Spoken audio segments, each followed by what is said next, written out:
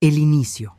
Cuando llegué sin avisar a casa de mi hija el día de Acción de Gracias, encontré a mi nieta encerrada en el sótano helado, temblando de frío y de hambre, mientras que arriba toda la familia se daba un banquete y se reía como si nada estuviera pasando. Lo que hice después destruyó ese matrimonio para siempre, pero salvó la vida de esa niña, y lo haría todo de nuevo. Pero antes de continuar, asegúrate de ya estar suscrito al canal y escribe en los comentarios. ¿Desde dónde estás viendo este video? Nos encanta saber hasta dónde están llegando nuestras historias. Mi celular vibró en la consola del coche mientras conducía por la carretera cubierta de nieve. Era un mensaje de mi vecina, la señora Reyes. Vi una ambulancia en la casa de los Gómez ayer. Dicen que es un caso de negligencia infantil. Me hizo pensar en usted y en sus preocupaciones sobre Sofía. Sostuve el volante con más fuerza. Sofía, mi nieta de 20 años. Esa niña dulce e inteligente que solía llamarme todas las semanas, hasta que las llamadas empezaron a escasear hace unos 6 meses. Desde que mi hija, Lucía, se casó con ese hombre, Alejandro. Eran casi las 3 de la tarde de ese jueves de Acción de Gracias. La nieve caía intensamente, transformando la carretera en una pista traicionera. Yo había salido de casa sin avisar a nadie. Algo dentro de mí me decía que tenía que estar allí, que algo andaba mal. Después de perder a mi Isabel hace 8 meses, aprendí a confiar en esos presentimientos. Mi esposa siempre decía que yo tenía un sexto sentido para cuando la familia me necesitaba. En el asiento del pasajero había 2 bolsas de regalo. Una contenía un kit de acuarelas profesionales para Sofía. A ella le encantaba pintar, o al menos le encantaba antes de que Alejandro entrara en nuestras vidas. La otra tenía chocolates importados y una bufanda de lana que yo misma había tejido en las noches solitarias desde que Isabel se fue.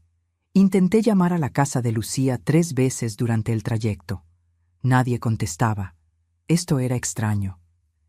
En el día de Acción de Gracias siempre había alguien en casa. ¿Habrían salido? ¿Pero a dónde irían con esa nevada? Con cada kilómetro que pasaba, mi inquietud aumentaba. Recordé la última vez que vi a Sofía, hace 2 meses, en su cumpleaños.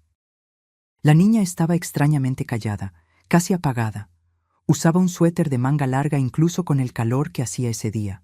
Cuando intenté hablar con ella en privado, Lucía apareció inmediatamente, diciendo que Sofía tenía mucha tarea que hacer y que tenía que irse.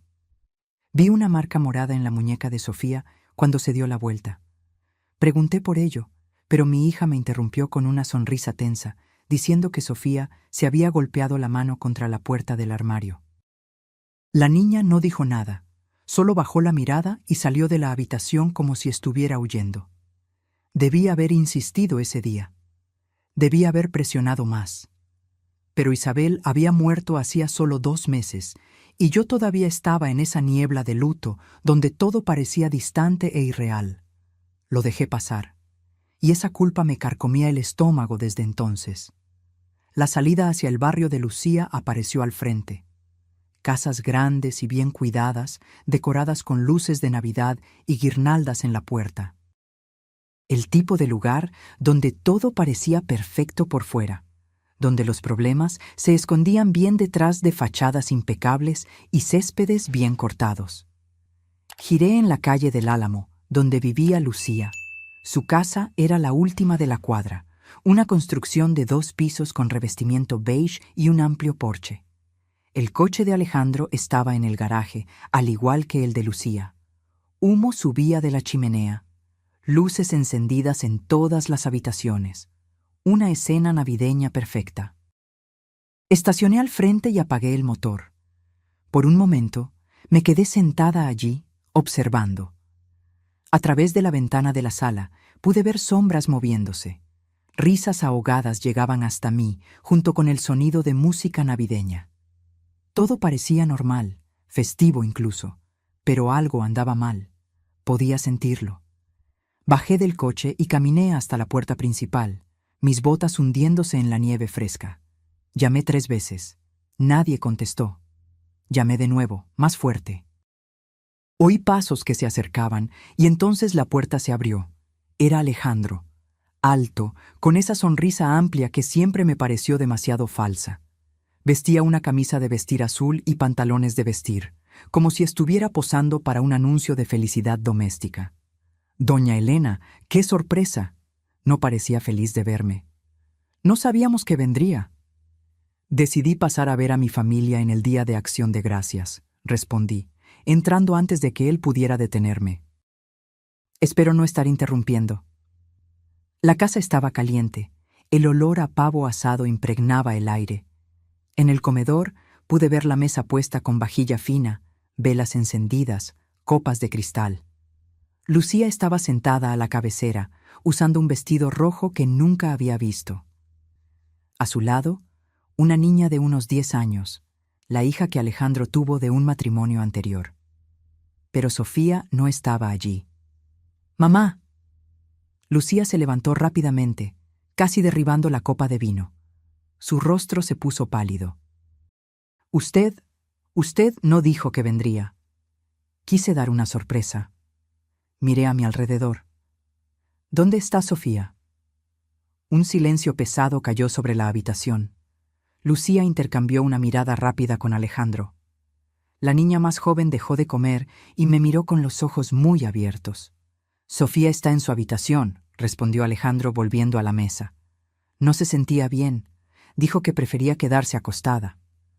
Algo en la forma en que lo dijo, demasiado casual, me hizo sentir un escalofrío. Voy a subir a ver cómo está, dije, dirigiéndome ya a la escalera. Mamá, no es necesario. Lucía comenzó, pero yo ya estaba subiendo los escalones. El pasillo del segundo piso estaba oscuro. La puerta de la habitación de Sofía estaba cerrada. Llamé suavemente. Ninguna respuesta. Giré el pomo, cerrada con llave. ¿Sofía? Llamé, golpeando más fuerte. Sofía, es la abuela. Abre la puerta, cariño. Nada. Solo silencio. Bajé las escaleras rápidamente. Alejandro y Lucía estaban de pie en la sala, con expresiones tensas. La habitación está cerrada con llave, dije, sintiendo que la rabia comenzaba a subir. ¿Por qué la habitación de Sofía está cerrada con llave? Ella pidió estar sola, respondió Alejandro cruzando los brazos. Está en esa fase adolescente. Usted sabe cómo es. Yo sabía que estaba mintiendo. Cada instinto maternal y de abuela que tenía gritaba que algo andaba muy mal. Lucía, necesito hablar contigo, en privado. Mi voz salió más dura de lo que pretendía, pero no me importó. Mi hija dudó, mirando a Alejandro como si pidiera permiso. Esto me enfureció aún más. ¿Desde cuándo necesitaba autorización para hablar con su propia madre? Ahora, Lucía. Ella me siguió a la cocina. El contraste era brutal. Mientras el comedor estaba impecable y festivo, la cocina era un desorden de platos sucios y restos de comida. Cerré la puerta detrás de nosotras. ¿Qué está pasando aquí? ¿Dónde está Sofía en realidad? Lucía no podía mirarme a los ojos. Se tocaba nerviosamente las manos, jalando una cutícula. Ya se lo dije, mamá. Ella no se siente bien y... No me mientas. Sostuve su brazo, forzándola a encararme. Yo soy tu madre. Te conozco desde que naciste. Sé cuando estás mintiendo. Las lágrimas comenzaron a formarse en sus ojos. Por un momento, pensé que finalmente me iba a decir la verdad. Pero entonces se apartó, limpiándose el rostro rápidamente. Usted está exagerando. Sofía solo está castigada. ¿Castigada? ¿Encerrada en su habitación en el Día de Acción de Gracias? Ella fue irrespetuosa con Alejandro esta mañana. Él solo le está enseñando límites. La forma en que lo dijo, mecánica, ensayada, me hizo darme cuenta de que no era la primera vez que repetía esas palabras. Probablemente ni siquiera era la 100ª. Lucía, mírame. Sostuve su rostro con ambas manos. Esta no eres tú. La mujer que yo crié no dejaría que nadie maltratara a su hija. Nadie está maltratando a nadie. Ella se apartó bruscamente. Alejandro solo tiene estándares altos. Él quiere que Sofía sea una persona mejor, más responsable. ¿Y encerrar a una adolescente en su habitación durante un feriado es enseñar responsabilidad? Lucía abrió la boca para responder, pero en ese momento Alejandro entró en la cocina. Su rostro estaba rojo, la mandíbula tensa. Con todo respeto, doña Elena, esta es una cuestión familiar que no le concierne. ¿No me concierne? Me giré hacia él. Sofía es mi nieta. Todo lo que le pasa me concierne. Usted no vive aquí, no sabe cómo funcionan las cosas en esta casa. Había una amenaza velada en sus palabras. Miré a Lucía, esperando que me defendiera, que defendiera a Sofía, pero ella solo se quedó allí parada, mirando al suelo. Está bien, dije, tomando mi bolso. Me voy, pero primero quiero ver a mi nieta. Quiero ver con mis propios ojos que ella está bien. Ya le dije que está durmiendo. Entonces no le importará si le echo un vistazo. Pasé por su lado, volviendo a la escalera. Alejandro me siguió, y pude sentir la rabia emanando de él. Señora, le estoy pidiendo que respete las reglas de mi casa. Ignoré y subí las escaleras de nuevo. Esta vez no llamé. Intenté el pomo de nuevo, todavía cerrado con llave. ¡Sofía!, grité, golpeando la puerta con fuerza. ¡Sofía, es la abuela! ¡Por favor, respóndeme! Y entonces lo escuché, débil, casi imperceptible. Un sollozo ahogado que venía de algún lugar, pero no venía de la habitación de Sofía. Venía de abajo, del sótano. Mi sangre se heló. Miré a Alejandro, que estaba en lo alto de la escalera, y vi su rostro cambiar. Vi el momento exacto en que se dio cuenta de que yo había oído. ¿Qué hay en el sótano, Alejandro? Nada. Es solo la lavandería. Pero yo ya estaba bajando, buscando la puerta que conducía al subsuelo. La encontré cerca de la cocina, cerrada con llave también. Abra esa puerta, ahora. Doña Elena, usted se está alterando sin motivo. Miré a mi alrededor y vi las llaves colgadas en un gancho cerca del refrigerador. Las tomé antes de que alguien pudiera impedírmelo. ¡Mamá, no! Lucía gritó, pero yo ya estaba metiendo la primera llave en la cerradura. La tercera llave funcionó. La puerta se abrió, revelando una escalera de madera que descendía a la oscuridad. Un aire frío y húmedo subió hasta mí. ¿Sofía? Llamé, buscando a tientas en la pared hasta encontrar el interruptor. La luz tenue reveló un sótano sin terminar. Suelo de concreto, paredes de ladrillo visto, tuberías expuestas en el techo. Y en la esquina más lejana, encogida sobre un colchón delgado, estaba mi nieta. Sofía estaba usando solo un camisón fino y shorts. Sus labios estaban amoratados, todo su cuerpo temblaba violentamente.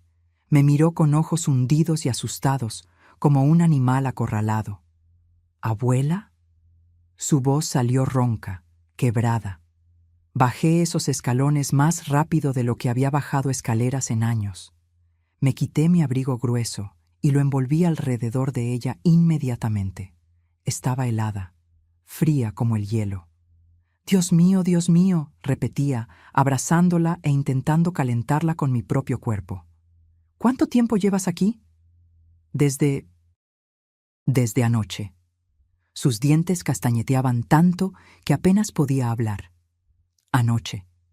Más de 18 horas en ese sótano helado, sin calefacción, sin comida, sin nada más que ese colchón delgado en el suelo de concreto. Miré a mi alrededor y vi un balde en la esquina. Un balde. La trataban como a un animal. La rabia que se apoderó de mí en ese momento fue diferente a cualquier cosa que haya sentido en la vida. No era el tipo de rabia caliente y explosiva. Era fría, calculada, mortal. Ayudé a Sofía a levantarse. Sus piernas apenas la sostenían y tuvo que apoyarse en mí para subir cada escalón. Estaba tan débil que pensé que se desmayaría allí mismo. Cuando llegamos a la cima de la escalera, Alejandro y Lucía estaban allí. La hija más joven de él también había aparecido, observando todo con ojos asustados desde la entrada de la sala. Estaba teniendo una crisis, comenzó Alejandro, con esa voz controlada de quien está acostumbrado a manipular situaciones. Estaba histérica, rompiendo cosas. Tuvimos que aislarla hasta que se calmara. Lo miré a él y luego a mi hija. Lucía estaba llorando en silencio, pero no dijo nada. Absolutamente nada en defensa de su propia hija. ¿Rompiendo cosas? Mi voz salió baja, peligrosa. ¿Cuánto tiempo lleva sucediendo esto, Lucía? Silencio. ¿Cuánto tiempo? Grité, haciendo que todos saltaran. Unos meses, susurró Sofía a mi lado, temblando bajo mi abrigo. Comenzó unos 3 meses después de que se casaron. 3 meses. Eso significaba que durante casi 2 años esta niña había estado sufriendo, y yo no me había dado cuenta. Ninguno de nosotros se había dado cuenta. Al principio era solo quedarse sin cenar cuando yo me portaba mal, continuó Sofía, y pude sentir que necesitaba hablar, que había guardado esto por demasiado tiempo. Luego pasó a ser quedarse en mi habitación sin comer todo el día. Luego él comenzó a ponerme en el sótano. ¿Cuántas veces? Pregunté, aunque no estaba segura de querer saber la respuesta. No sé, perdí la cuenta. Cada palabra era una puñalada. Miré a Lucía, buscando alguna señal de la hija que crié, de la mujer fuerte e independiente que solía ser. Pero solo vi una cáscara vacía, una mujer que se había perdido por completo. «Vas a empacar tus cosas», le dije a Sofía, manteniendo mi brazo firme alrededor de ella. «Todo lo que sea importante para ti, y te vas conmigo». «No puedes simplemente llevarte a mi hija». Lucía finalmente encontró su voz, pero era una voz extraña, aguda, desesperada. «Puedo y lo haré. A menos que prefieran que llame a la policía ahora y deje que ellos resuelvan esto». Alejandro dio un paso al frente, y por un momento pensé que iba a intentar impedírmelo físicamente. Su rostro estaba rojo, las venas saltando en su cuello. «Usted no tiene autoridad legal sobre esta niña». «¿No?» Saqué mi celular del bolsillo. «Entonces, dejaremos que las autoridades decidan quién tiene autoridad. Estoy segura de que les encantará ver ese sótano helado, ese balde en la esquina, las marcas en su cuerpo». Vi el momento en que se dio cuenta de que no estaba mintiendo. Su expresión cambió de rabia a cálculo, sopesando las opciones. «Lucía», se giró hacia mi hija. «¿Vas a permitir que tu madre destruya nuestra familia así?» Nuestra familia. Como si eso fuera una familia. Como si encerrar a una niña en un sótano helado fuera algo que las familias hacen. Lucía miró entre nosotros, dividida. Pude ver la lucha ocurriendo dentro de ella. El miedo a Alejandro, el amor por su hija, la vergüenza de lo que había permitido que sucediera. «Mamá», comenzó, pero no pudo terminar.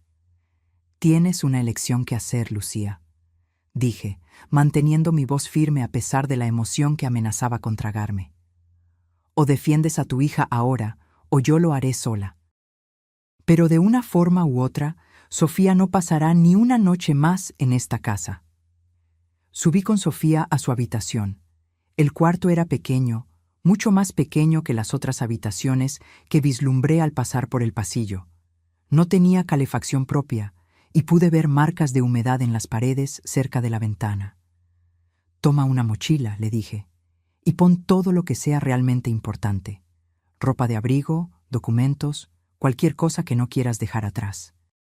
Sofía se movió como si estuviera en trance, todavía temblando, pero comenzando a recuperar color en el rostro. Tomó una mochila vieja y comenzó a llenarla con ropa. Fue cuando noté las marcas. En sus brazos, moretones en diferentes etapas de curación. En el cuello, marcas rojas que parecían dedos. En las piernas, más moretones. «¿Él te golpeó?» La pregunta salió antes de que pudiera controlarme. Sofía dejó de empacar la mochila. «Solo cuando me lo merezco. Cuando soy irrespetuosa o no obedezco lo suficientemente rápido». La naturalidad con que lo dijo me partió el corazón. Ella había sido condicionada a creer que merecía el abuso. Nada de lo que hiciste justifica esto, dije firmemente, sosteniendo su rostro para que me mirara a los ojos. Nada. ¿Me oyes? No te mereces esto. Nunca te lo mereciste. Las lágrimas comenzaron a correr por su rostro y por primera vez ella las dejó. Dejó caer la fachada, dejó salir el dolor. Intenté ser buena, abuela, intenté hacer todo bien, pero nunca era suficiente. Nunca. Lo sé, cariño, lo sé. La abracé mientras ella lloraba, sintiéndola estremecerse contra mí. Cuando bajamos de nuevo, Alejandro estaba al teléfono. Al vernos, colgó rápidamente. «Mi abogada ya viene en camino», anunció, recuperando su postura arrogante. «Vamos a resolver esto de forma legal». «Perfecto», respondí, tomando las llaves de mi coche. «Mientras tanto, voy a llevar a mi nieta a un lugar seguro y cálido. Esto es secuestro.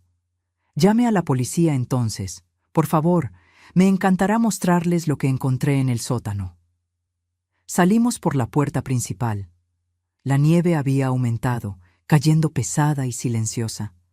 Sofía estaba envuelta en mi abrigo, cargando su mochila como si fuera lo único que la mantenía en pie. Lucía apareció en la puerta en el momento en que abrí el coche. «¡Sofía!», gritó. «Sofía, por favor, no te vayas». «Podemos resolver esto. Prometo que las cosas van a mejorar». Sofía se detuvo, se giró para mirar a su madre. Por un momento vi esperanza en su rostro, esa esperanza desesperada de una niña que todavía quiere creer que su madre la va a proteger. «¿Vas a echarlo?», preguntó Sofía, y su voz era tan pequeña, tan quebrada. «Si me quedo, ¿vas a echarlo?». Lucía abrió la boca, pero no salió ningún sonido. Miró hacia atrás, donde Alejandro estaba en la entrada, con los brazos cruzados, observando. «Yo no puedo», susurró finalmente. «Sofía, no lo entiendes. Si él se va, vamos a perder la casa. No tengo a dónde ir, no tengo dinero. Yo...». «Entonces elegiste», dijo Sofía, y vi algo morir en sus ojos en ese momento. La última chispa de esperanza apagándose. Entramos en el coche y arranqué. Por el espejo retrovisor vi a Lucía parada en la nieve, llorando, mientras Alejandro la jalaba de vuelta hacia el interior de la casa. El trayecto de vuelta fue silencioso. Sofía estaba encogida en el asiento del pasajero, mirando por la ventana. Puse la calefacción al máximo y encendí la radio bajito en una estación que tocaba música suave. «Todo va a estar bien», dije, aunque no estaba segura de si estaba intentando convencerla a ella o a mí misma. «Voy a cuidar de ti». «¿Por cuánto tiempo?», preguntó ella, todavía mirando por la ventana. «¿Hasta que él convenza a mamá de traerme de vuelta? ¿Hasta que ella consiga una orden judicial?». No tenía respuesta para eso. No sabía cuáles eran mis derechos legales, o si tenía alguno. Todo lo que sabía era que no podía dejarla volver a esa casa. Mi casa pareció más pequeña de lo normal cuando llegamos. 2 habitaciones, una sala pequeña, cocina que había visto días mejores. Nada lujoso, pero era calentita y segura. «La habitación de huéspedes es tuya ahora», dije, encendiendo el calentador y todas las luces. «Hay mantas extras en el armario si las necesitas». La habitación había sido de Lucía cuando era joven. Después de que se fue de casa, Isabel la transformó en un espacio de costura, pero mantuvimos la cama para visitas. Las paredes todavía tenían las cortinas florales que Lucía había elegido a los 15 años. Sofía entró despacio, como si tuviera miedo de ocupar demasiado espacio. Puso la mochila en la cama y se quedó allí parada, sin saber qué hacer. «Necesitas tomar un baño caliente», dije. «Ayudará con el frío. Mientras tanto, voy a preparar algo para que comas». «No tengo hambre». «¿Cuándo fue la última vez que comiste?», pensó por un momento. «Anteayer en el almuerzo». 2 días, 2 días sin comida. Entonces vas a comer algo, aunque sea solo una sopa. Después descansas». Preparé una sopa de pollo mientras oía el agua de la ducha. Corté algunas verduras. Puse pan a tostar. Cosas simples, pero calientes y nutritivas. Cuando Sofía salió del baño, usando una bata vieja de Isabel, parecía un poco mejor. Todavía pálida, todavía frágil, pero ya no congelada. Nos sentamos a la mesa de la cocina, solo nosotras dos. La casa estaba silenciosa, excepto por el tic-tac del reloj de pared y el sonido de la nieve golpeando la ventana. ¿Cuánto tiempo lo supiste?, preguntó Sofía entre cucharada y cucharada. ¿Que algo andaba mal? Unos meses, pero no sabía que era tan grave. Si lo hubiera sabido, ¿qué habrías hecho? No había acusación en su voz, solo curiosidad genuina. Mamá nunca te habría dejado sacarme de allí si no hubiera tenido miedo de la policía. Ella estaba en lo cierto. Lucía había hecho su elección y no había sido Sofía. Esa primera noche fue difícil. Sofía tuvo pesadillas y se despertó gritando a las 3 de la mañana. Corrí a su habitación y la encontré sentada en la cama, sudando frío, mirando a su alrededor como si no supiera dónde estaba. «Estás a salvo», repetía, sentándome en la cama y sosteniendo sus manos. «Estás en casa. Nada te va a lastimar aquí». Tardó un tiempo hasta que ella creyó, hasta que su cuerpo se relajó lo suficiente para volver a dormir. Me quedé allí sentada, observándola en la oscuridad, pensando en todas las noches que pasó sola en ese sótano, con frío y miedo. A la mañana siguiente, viernes, llamé a un abogado. Necesitaba entender mi situación legal. La oficina estaba cerrada por el feriado, pero dejé un mensaje urgente. Sofía despertó tarde, alrededor del mediodía. Me encontró en la cocina, preparando huevos revueltos y tocino. «Buenos días», dije, intentando mantener un tono ligero. «O buenas tardes, técnicamente». Ella se sentó a la mesa, todavía usando la bata. Su cabello estaba desordenado, y había ojeras profundas bajo sus ojos. «¿Mi madre llamó?» 3 veces. Yo no contesté. Sofía asintió, jugando con la comida sin mucho apetito. «Ella va a intentar llevarme de vuelta». «Lo sé, pero vamos a luchar contra eso». «¿Cómo? Usted no es mi responsable legal. Ella es mi madre. El juez va a mandar que regrese». La derrota en su voz me dolió.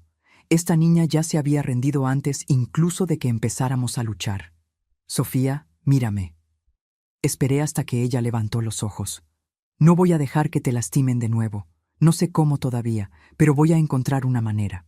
El teléfono sonó de nuevo. Esta vez era un número que yo no conocía. «¿Hola? ¿Doña Elena?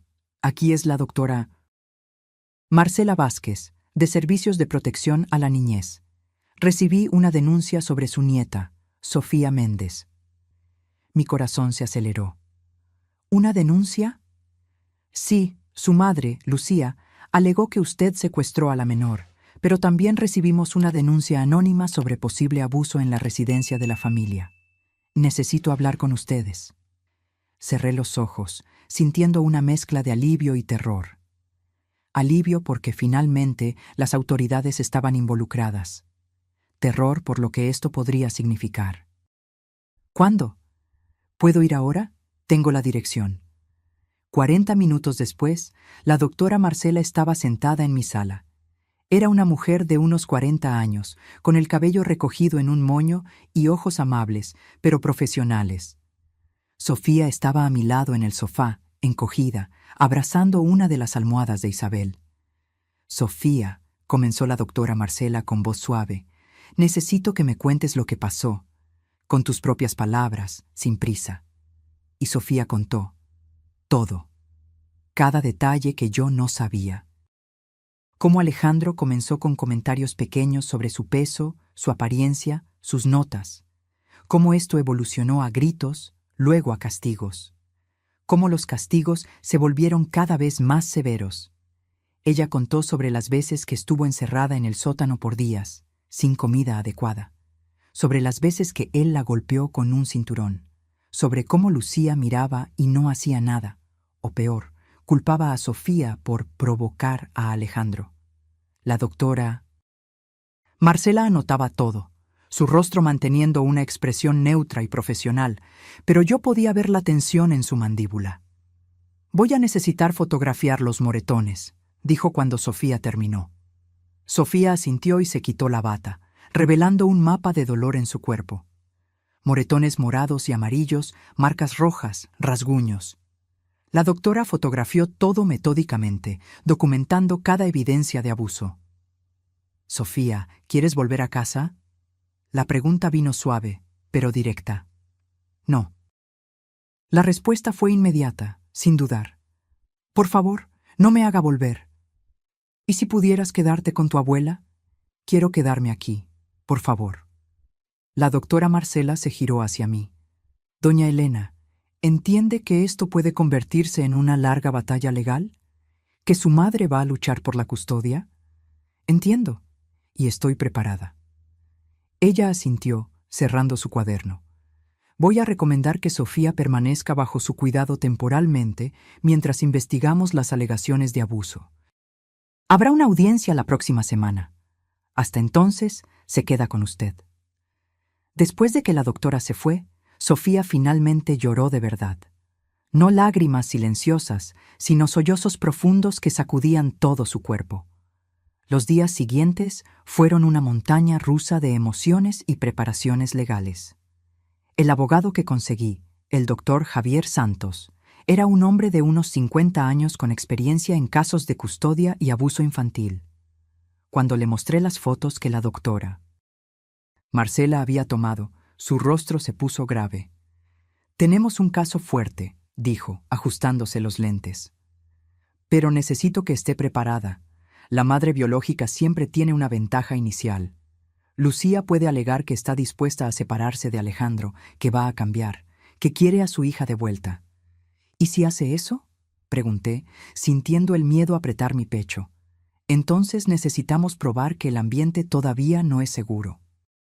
Que hay un patrón de negligencia que va más allá del marido abusivo. Lucía permitió que esto sucediera, lo que la hace cómplice. Sofía estaba asistiendo a clases en línea, ya que yo tenía miedo de mandarla de vuelta a la escuela, donde Alejandro podría intentar recogerla. Pasaba la mayor parte del tiempo en la habitación, pintando. Yo había comprado lienzos nuevos y pinturas, y ver ese talento renacer era como ver una flor florecer después de un largo invierno. Una semana después del Día de Acción de Gracias, el lunes por la tarde, Lucía apareció en mi puerta. No estaba Alejandro con ella, y parecía haber envejecido 10 años en una semana. Sus ojos estaban rojos e hinchados, el cabello mal peinado. «Mamá», dijo cuando abrí la puerta, «por favor, necesito hablar con usted». Parte de mí quería cerrarle la puerta en la cara. ¿Cómo tenía el coraje de aparecer aquí después de lo que permitió que sucediera? Pero era mi hija, y alguna parte de mí todavía recordaba a la niña que fue antes de que Alejandro destruyera su autoestima. «¿Sofía está aquí?», preguntó Lucía, mirando hacia el interior de la casa. «Está en su habitación, y no vas a hablar con ella». «Mamá, ella es mi hija. Y tú dejaste que fuera torturada por 2 años». Mi voz salió más dura de lo que pretendía. «No mereces hablar con ella». Lucía comenzó a llorar. Lo sé, y voy a tener que vivir con eso por el resto de mi vida. Pero yo me fui, mamá, dejé a Alejandro. Estoy en un motel ahora. Aquello me tomó por sorpresa. ¿Lo dejaste? Después de que ustedes se fueron, él se puso peor. Comenzó a culparme por todo. Dijo que era mi culpa que Sofía se hubiera vuelto mimada e irrespetuosa. Él me golpeó, mamá. Ella levantó la manga, revelando moretones que yo reconocía muy bien. Eran iguales a los de Sofía. Me di cuenta en ese momento que, si no tenía el coraje de defenderme a mí misma, al menos necesitaba defender a mi hija, aunque sea demasiado tarde. Respiré hondo. «Entra, pero no verás a Sofía hasta que ella decida si quiere verte». Lucía entró, mirando alrededor de la casa como si la estuviera viendo por primera vez. Se sentó en el sofá donde solía ver dibujos animados cuando era niña, y lloró en silencio. «¿Cómo permití que llegara a este punto?», preguntó, más para sí misma que para mí. Yo juré que sería una madre mejor que la mía. Sin ofender, mamá, pero sabes que la abuela no fue fácil contigo. Era verdad. Mi madre había sido dura, rígida. Yo había prometido ser diferente con Lucía, ser amorosa y comprensiva. Y pensé que lo había logrado, hasta que conoció a Alejandro. Él era tan encantador al principio, continuó Lucía, tan atento. Después de que el padre de Sofía nos dejó, me sentí tan sola, tan perdida. Alejandro parecía la respuesta. Alguien que iba a cuidar de nosotras, dar estabilidad. ¿Y cuándo comenzó a cambiar? Fue gradual. Primero eran solo comentarios. ¿No crees que Sofía debería estudiar más? Eres demasiado blanda con ella. Luego comenzó a corregir las cosas que yo hacía, la forma en que cocinaba, limpiaba, educaba a Sofía. Ella se limpió la nariz con un pañuelo de papel que le di. Cuando los castigos comenzaron, él decía que era por su bien, que Sofía necesitaba aprender disciplina. Y yo quería tanto creer que él tenía razón, que él sabía lo que estaba haciendo, porque admitir que estaba equivocada significaría admitir que yo había fallado en proteger a mi hija. Fallaste, Lucía. No había crueldad en mis palabras, solo verdad. Pero puedes comenzar a arreglarlo ahora. ¿Cómo? Ella nunca me va a perdonar. Tal vez no, pero puedes luchar por ella ahora. En la audiencia puedes testificar contra Alejandro. Puedes contar todo lo que viste, todo lo que él hizo. Puedes asegurar que él nunca más se acerque a ella. Lucía me miró con los ojos muy abiertos. Él me va a destruir, va a decir que soy una mentirosa, que soy inestable. ¿Y qué? ¿Qué te puede quitar que no hayas perdido ya? Tu hija ya se fue, Lucía. Tu dignidad ya se fue. La única cosa que todavía tienes es la oportunidad de hacer lo correcto. En ese momento, Sofía apareció en la entrada de la sala. Ella había oído todo. ¿Mamá? Su voz era pequeña, vacilante. Lucía se levantó rápidamente, pero no se acercó.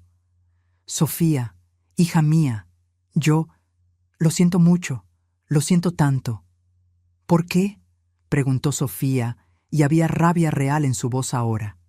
¿Por qué dejaste que me hiciera eso? ¿Por qué nunca me defendiste? Porque fui cobarde, porque tenía miedo, porque elegí mi comodidad en lugar de tu seguridad, y voy a tener que vivir con eso para siempre. Las lágrimas corrían por el rostro de Lucía sin control ahora. No espero que me perdones, no merezco perdón. Pero necesito que sepas que te amo. Siempre te amé. Y fui la peor madre del mundo por no mostrarlo cuando más lo necesitabas. Sofía se quedó allí parada por un largo momento. Pude ver la batalla ocurriendo dentro de ella. El deseo de abrazar a su madre, de creer que las cosas podían mejorar, luchando contra el dolor de 2 años de abandono emocional. ¿Vas a testificar contra él? Preguntó Sofía finalmente. Voy a hacerlo. Voy a contar todo. Cada cosa terrible que él hizo, cada momento en que yo me quedé parada sin hacer nada.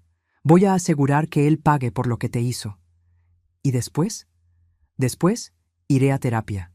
Voy a trabajar en mí misma. Y si tú algún día, en el futuro, quieres darme una oportunidad, yo voy a estar aquí, esperando. No fue un momento de reconciliación mágica. No hubo abrazos o promesas de que todo volvería a ser como antes. Pero fue un comienzo. La audiencia fue marcada para el lunes siguiente, en una sala fría e impersonal del juzgado. Alejandro estaba allí con su abogado, un hombre de traje caro que exhalaba confianza arrogante. Lucía estaba de nuestro lado, pálida pero determinada. Sofía tuvo que contar su historia de nuevo, esta vez para el juez.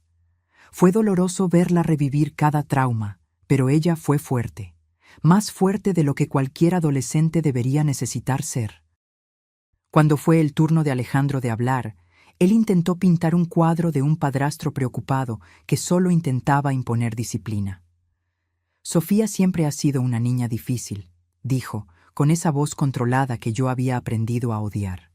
Irrespetuosa, rebelde, Yo solo estaba tratando de enseñar responsabilidad.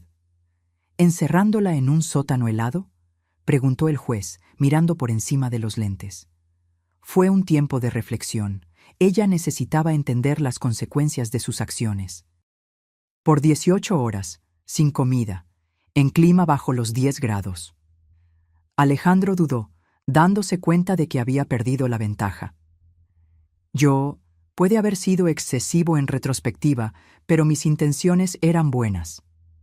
Fue cuando Lucía se levantó para testificar. Su voz tembló al principio, pero se fue volviendo más firme con cada palabra. Ella contó sobre todas las veces que Alejandro golpeó a Sofía, sobre las veces que la privó de comida por días, sobre cómo él controlaba cada aspecto de la vida de la niña, transformando su propia casa en una prisión. ¿Y por qué no intervino, señora Méndez?, preguntó el juez. Porque tenía miedo de quedarme sola, miedo de perder la estabilidad financiera, miedo de admitir que había tomado la decisión equivocada. Lucía miró directamente a Sofía. Pero principalmente porque fui cobarde, y mi cobardía costó la salud mental y física de mi hija.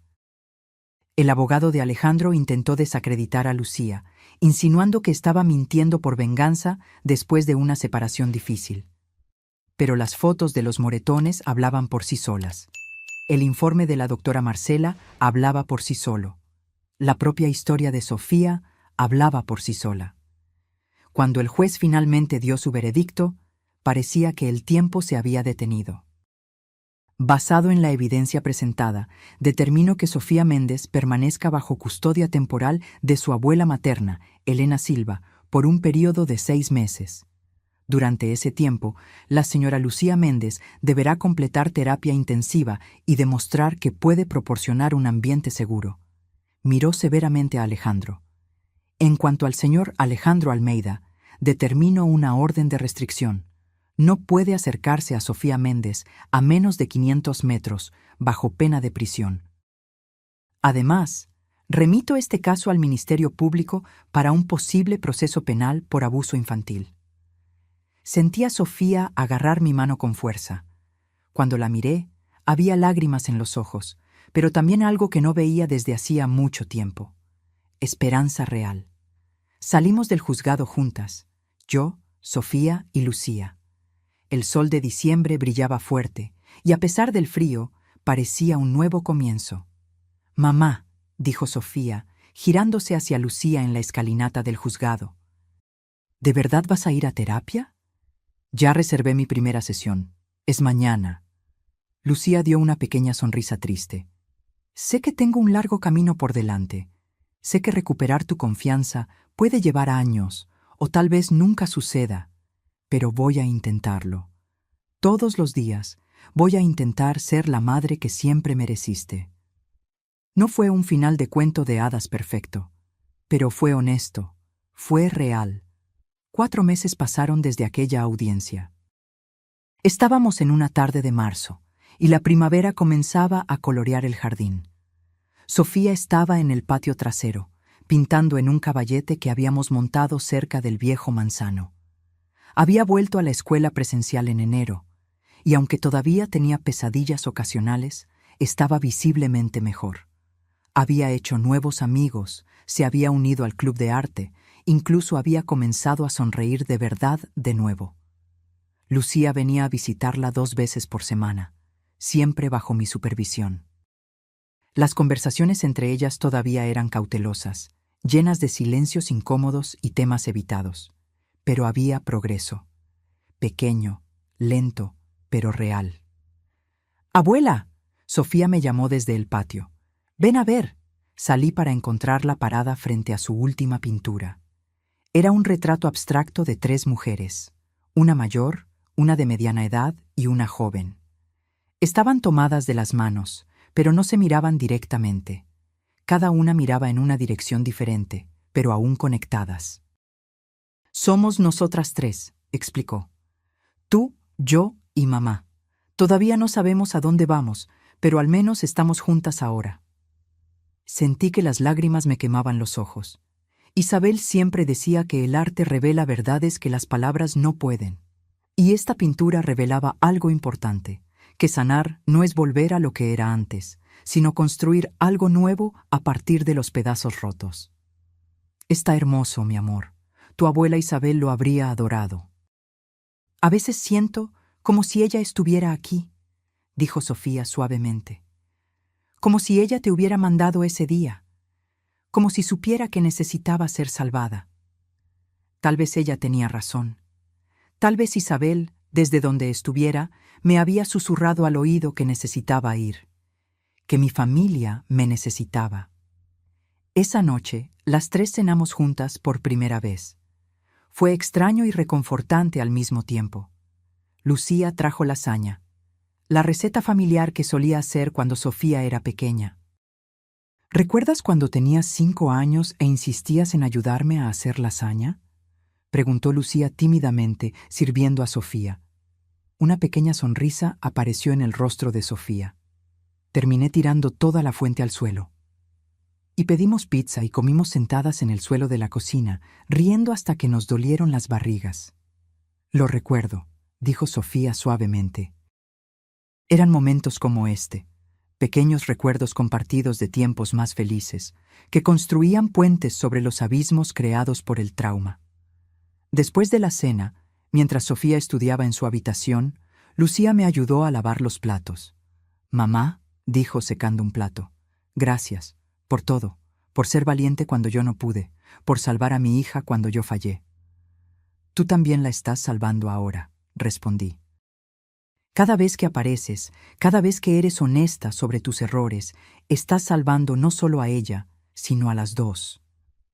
Lucía asintió, limpiándose una lágrima. La terapeuta dijo que tomará tiempo, que Sofía puede que nunca me perdone completamente.